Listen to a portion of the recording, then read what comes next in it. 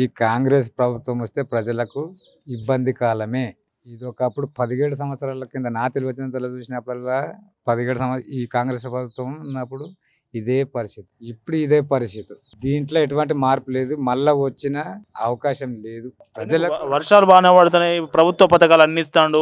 గత ప్రభుత్వం కంటే ఇంకెక్కువ పథకాలు పెట్టిండు. ఇప్పుడు ఇది ఉచిత బస్సు కావచ్చు, మహిళలకు ఫ్రీ కరెంట్ కావచ్చు, 500 గ్యాస్ కావచ్చు.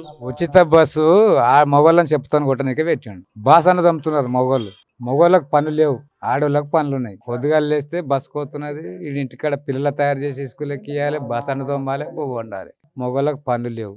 ఎందుకు పెట్టిండు దాన్ని? పీకనికే పెట్టిండు దాన్ని. అది అవసరమే లేదు. బస్సులు పిరి దేని గురించి? ఆడిది పొద్దుగాలు లేచి ఆడికి పోతున్నా కూడా తెలియదు. పనికి టిఫిన్ పట్టుకొని పోతుంది బస్సు. దేనికి అది దానికి ఉపయోగపడేది ఏమీ లేదు. ఇది మొగన్ని పెళ్ళాన్ని విడదీయనికనే బస్సు పిరి. అట్లా జరుగుతున్నాయి అంతే. ఈ ప్రభుత్వం వచ్చింది అందుకే. ఈ కాంగ్రెస్ ప్రభుత్వం వస్తే ప్రజలకు ఇబ్బంది కాలమే.